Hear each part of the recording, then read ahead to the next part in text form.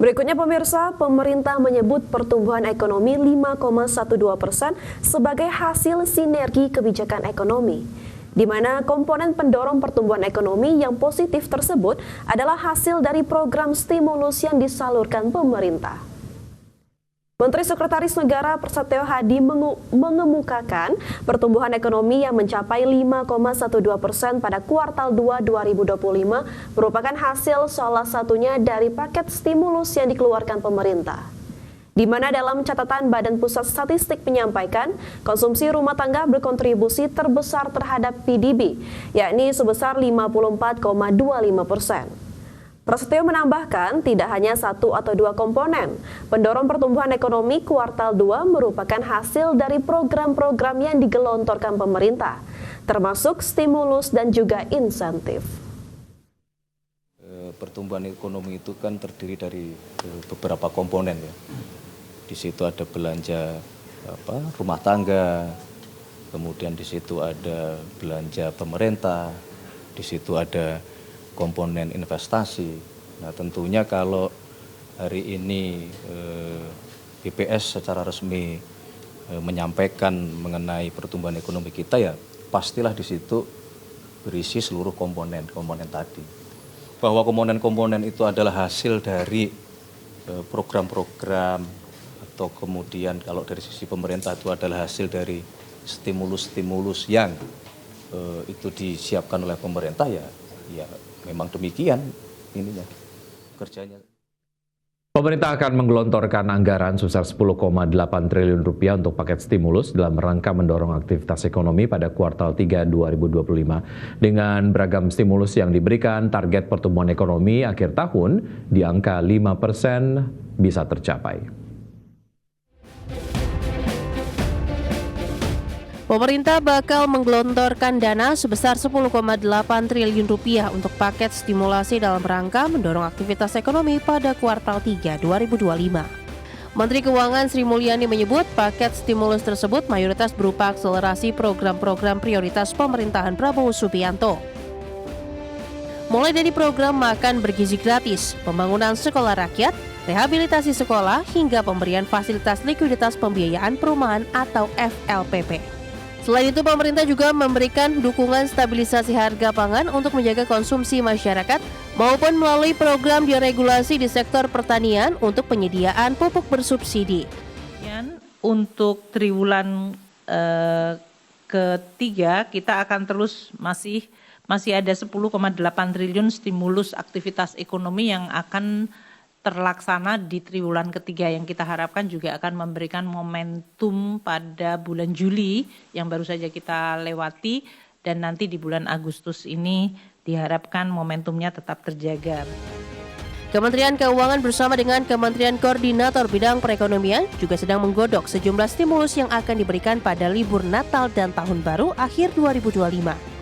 Dengan beragam upaya tersebut, pertumbuhan ekonomi dapat terjaga di kisaran 5% pada tahun ini sesuai yang ditargetkan. Dari Jakarta, Tim Liputan, IDX Channel.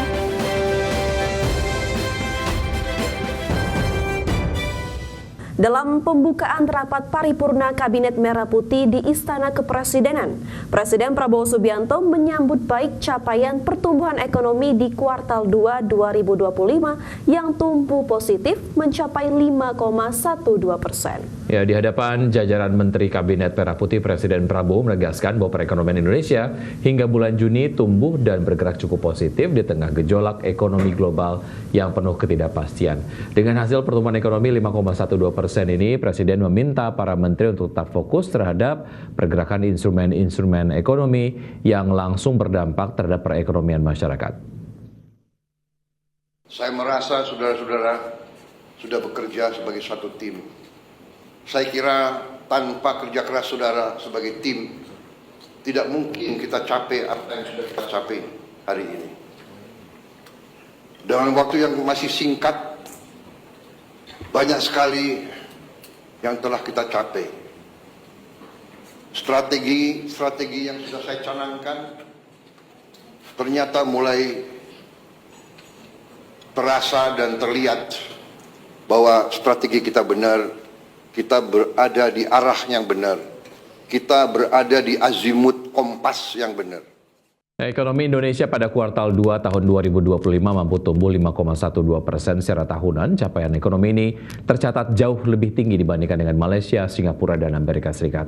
Menteri Koordinator Bidang Perekonomian Erlangga Hartarto mengatakan capaian pertumbuhan ekonomi di kuartal 2 tahun 2025 yang mencapai 5,12% menunjukkan pertumbuhan ekonomi Indonesia masih solid dan tidak jauh dari sasaran pemerintah yang menargetkan pertumbuhan mencapai 5,2%. Erlangga menyebutkan pertumbuhan ekonomi Indonesia di kuartal 2 tahun ini berhasil melampaui Malaysia, Singapura, dan Amerika Serikat.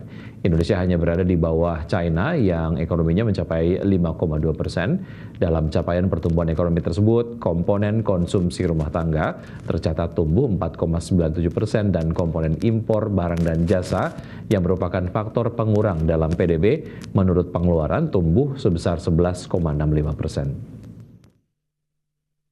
Devisa masih 152,6, kemudian juga neraca pembayaran juga masih relatif baik, kemudian ekspor dan import secara year on year neraca perdagangan selama 62 bulan juga terjaga surplus di angka 10,9 billion di Q1 dan rasio utang kita juga masih relatif terjaga di 30%. Nah, kalau kita lihat ekonomi kita masih solid dan memang rencana kita di semester kedua kita menargetkan sasaran di 5,2% bisa dicapai. Namun apa yang diumumkan tadi pagi, alhamdulillah kita kembali ke jalur 5%. Jadi 5,12%. Indonesia hanya di bawah Cina yang 5,2, beberapa negara di bawah kita, mulai Malaysia, Singapura, kemudian berbagai negara lain. Ya pemirsa, pertumbuhan ekonomi sepanjang kuartal 2 2025 sebesar 5,12% menuai sorotan banyak pihak. Ya, capaian pertumbuhan ekonomi tersebut dinilai janggal dan tidak sesuai dengan kondisi real di lapangan. Pertumbuhan ekonomi sepanjang kuartal 2 2025 sebesar 5,12% menuai sorotan banyak pihak. Pasalnya, capaian pertumbuhan ekonomi tersebut dinilai banyak pihak janggal dan tidak sesuai dengan kondisi real di lapangan. Menurut ekonom Selios Nailul Huda, pertumbuhan ekonomi kuartal 2 yang lebih tinggi dari kuartal 1 yang bertepatan dengan Idul Fitri dinilai janggal.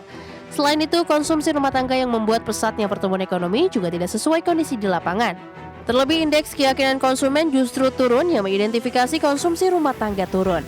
Di mana kalau kita lihat data historisnya, dengan triwulan dengan adanya momen Ramadan Lebaran itu lebih tinggi dibandingkan dengan pertumbuhan ekonominya, lebih tinggi dibandingkan dengan pertumbuhan ekonomi di triwulan-triwulan yang tidak ada momen Ramadan dan Lebaran. Nah, yang kedua adalah kejanggalan terkait dengan konsumsi rumah tangga. Sementara itu, ekonom senior Indef Fadil Hasan menyebut beragam leading indikator indeks pertumbuhan ekonomi nasional mayoritas berada di bawah ekspektasi banyak pihak. Dengan kondisi tersebut, seharusnya angka pertumbuhan ekonomi masih berada di bawah 5%. Rata-rata pertumbuhan ekonomi kita di triwulan kedua tahun 2025 itu adalah 4,79%, katakanlah 4,8%. Nah, sehingga selisihnya dengan apa yang diumumkan oleh BPS itu cukup signifikan lah, ya kan. Nah, jadi kemudian ini yang menimbulkan pertanyaan. Sejumlah kalangan meminta Badan Pusat Statistik untuk menyampaikan data yang sebenarnya, bukan bermain dengan data dan indeks untuk menghasilkan pertumbuhan ekonomi. Dari Jakarta, Adi Firmansyah, Radio Patmo, IDX Channel. Ya, mengenai data pertumbuhan ekonomi Indonesia yang sudah dirilis oleh BPS beberapa hari yang lalu ini memang memicu ataupun men-trigger berbagai macam komentar khususnya dari ekonom yang secara konsensus memperkirakan pertumbuhan ekonomi Indonesia nggak sampai 5%, tapi kemudian BPS menyampaikan datanya 5,12% begitu ya. Yang perlu kemudian BPS ataupun mungkin pemerintah sampaikan kepada masyarakat adalah mungkin ada penjelasan-penjelasan yang belum sempat terjelaskan mengenai indikator-indikator ekonomi, mengapa kemudian 5,12% ini muncul begitu. Tapi yang kita harapkan jangan sampai data yang tercapture ini tidak menggambarkan apa yang terjadi di lapangan begitu, karena biasanya data yang diperoleh ini akan menjadi dasar diformulasikannya sebuah kebijakan, dan jangan sampai nanti kebijakannya dibuat nggak tepat sasaran gara-gara datanya kurang tepat gitu. Iya benar sekali Wiki. Apalagi juga sebelumnya lembaga-lembaga internasional seperti IMF dan juga OECD itu memang memproyeksikan di bawah 5% ya. Mungkin sedikit wajar jika para ekonomi ini sepertinya mempertanyakan gitu ya, apa sih sebenarnya base dari data tersebut, dan semoga saja memang kalau memang ini benar datanya, semoga memang bisa kita sampai akhir tahun bisa menjaga kestabilan tersebut dan juga bisa mencapai target goals ekonomi Indonesia di 5,2% di tahun ini ya. Betul. Jadi ya ini dianggap kemudian sebagai sebuah bekal optimisme saja ya, dan mudah-mudahan ada penjelasan berikutnya secara mendetail dari pemerintah mengenai pertumbuhan ekonomi yang kemudian akhirnya diyakini oleh pemerintah. Baik, dan pemirsa, Kementerian SDM ajak investor menanamkan modalnya di proyek pengembangan baterai kendaraan listrik. Dan informasi selengkapnya tetaplah bersama kami di Prime Market Highlights.